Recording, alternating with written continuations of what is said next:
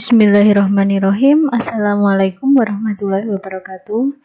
Pagi hari ini untuk pembelajaran kita statistika terapan untuk pertemuan 4 ya, yang akan kita bahas itu mengenai uji normalitas. Jadi kelanjutan dari uji homogenitas itu ada uji normalitas. Nah, di sini uji normalitas artinya uji kenormalan distribusi atau pola data. Jadi data yang akan kita lakukan uji berikutnya, uji statistika, dia harus diasumsikan normal. Jadi selain homogen, dia juga harus normal. Uji normalitas ini mengasumsikan bahwa data di tiap variabel berasal dari populasi yang berdistribusi normal. Jadi hal yang ada di dunia ini gitu, atau variabel data yang ada di dalam dunia ini itu berasal dari distribusi yang normal. Pengujian statistika parametrik komparasi t-test, ANOVA, korelasi produk momen, korelasi ganda, analisis regresi dari yang sederhana maupun ganda itu memerlukan prasyarat uji normalitas. Jadi uji-uji ini selain ujinya memerlukan prasyarat uji normalitas, dia juga harus prasyarat bahwa dia harus homogenitas. Gitu. Jadi sebelum melakukan pengujian statistika ini berarti kita harus menguji dulu apakah dia normal atau dan dia juga homogen. Nah, ada dua metode untuk uji normalitas. Yang pertama uji Lilienfors dan yang kedua uji Kolmogorov-Smirnov. Untuk yang saya ajarkan itu saya hanya pakai uji Lilienfors saja, satu uji gitu. Karena nanti uji normalitas bisa dikerjakan juga dengan SPSS. Nah, rumusnya seperti ini.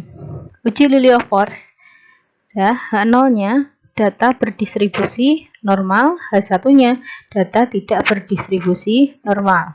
Dengan statistik uji, L hitung sama dengan FKI per N dikurangi P kurang dari sama dengan Z, di mana N itu jumlah data, FKI frekuensi kumulatif, dan Z kita cari dari X min mu per sigma.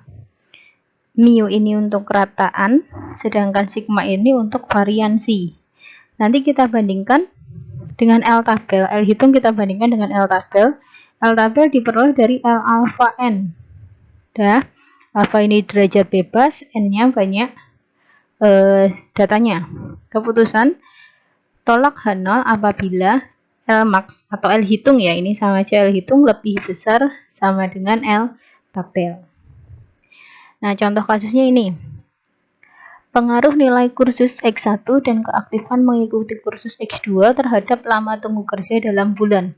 X1-nya nilai kursus, X2-nya keaktifan mengikuti kursus, lama tunggu kerja dalam bulan itu Y-nya. Di sini ada 25 respon atau 25 data atau 25 amatan.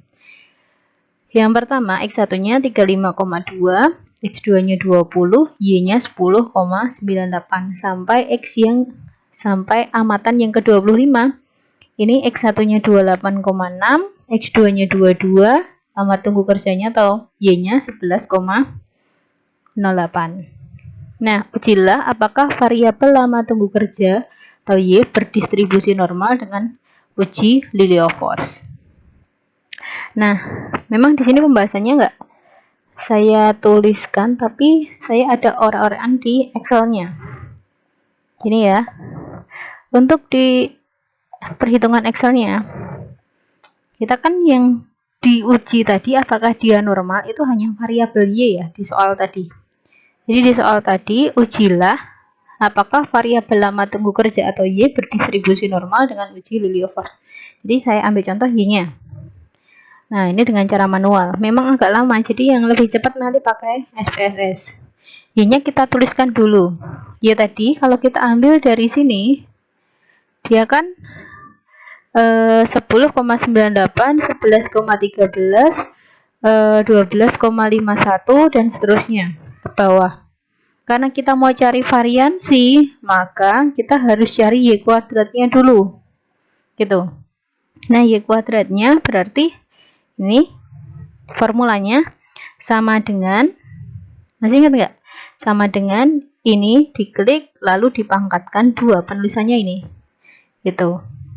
terus di enter, nanti ditarik ke bawah gitu. Atau saya contohkan di sini ya, ini kan 10,98.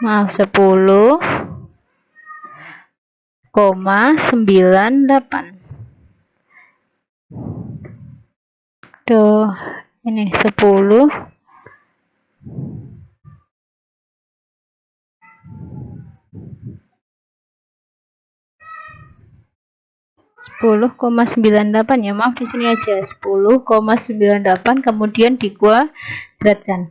Nah, mu-nya itu dicari dari sigma y per n. Sigma y per n. Jadi ini ya, kita kan mau cari x min mu per sigma. Jadi kita cari mu-nya dulu, dibagi sama sigmanya. Nah, ini masing-masing kita cari sigmanya dulu. Jadi 10,98, 11,13 sampai 11,8 kita cari sigmanya. Sigmanya sama dengan sum kita tarik dari atas. Gitu. Sebentar, ini kursornya agak, saya delete dulu aja.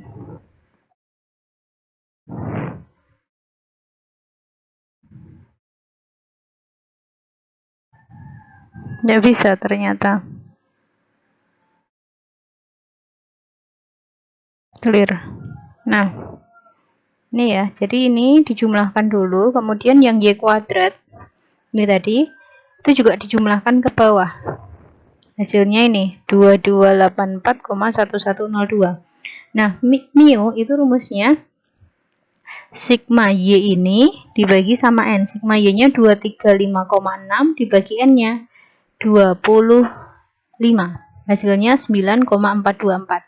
Sedangkan variansi atau sigma, ini bacanya sigma ya, bukan saya bilang sigma. Ini bacanya sigma. Gitu. Rumus variansi itu akar, kan ini S kuadrat. Kemarin sudah S kuadrat akar sigma y sigma y kuadrat per n dikurangi sigma y dikuadratkan per n kali n min 1. Jadi kalau nanti diorek-orek, ini sama seperti rumus yang diuji homogenitas untuk mencari variansi atau S kuadrat.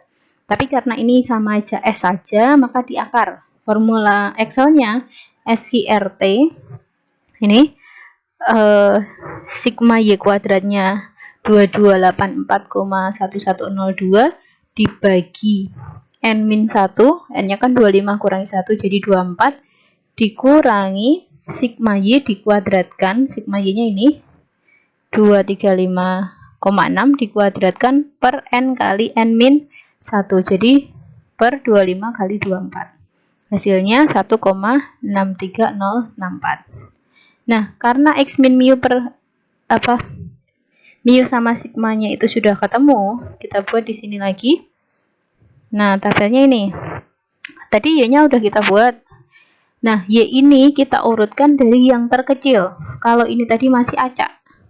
Kalau yang di sini masih acak, kita urutkan dari yang terkecil. Hasilnya jadi seperti ini. 6,36, 6,83 dan seterusnya. Kemudian kita berikan frekuensinya. Frekuensinya kan semuanya hanya ada satu, jadi cuma ada satu data. Kemudian kita cari FK. FK itu frekuensi kumulatif. Ini 1 tambah 1 2, 2 tambah 1 3, 3 tambah 1 4 dan seterusnya. Berarti terakhir FK itu harus 25. Kemudian kita buat tabel F per N. Berarti dari 1 ini dibagi sama 25. 1 dibagi 25 sama. Kalau FK per N berarti ini 1 dibagi 25, kemudian 2 dibagi 25, kemudian 3 dibagi 25. Maka yang FK per N harusnya terakhir 1. Gitu kan, ini 25 bagi 25. Nah, setelah itu kita buat Z. Z itu X min mu per sigma, rumusnya gitu. Jadi kalau diterapkan di sini berarti ini 6,36 gitu. Dikurangi mu-nya kita tadi dapat 9,424. Jadi sama dengan 6,36 dikurangi 9,424 dibagi sigmanya atau variansinya kita atau S-nya. Jadi dibagi 1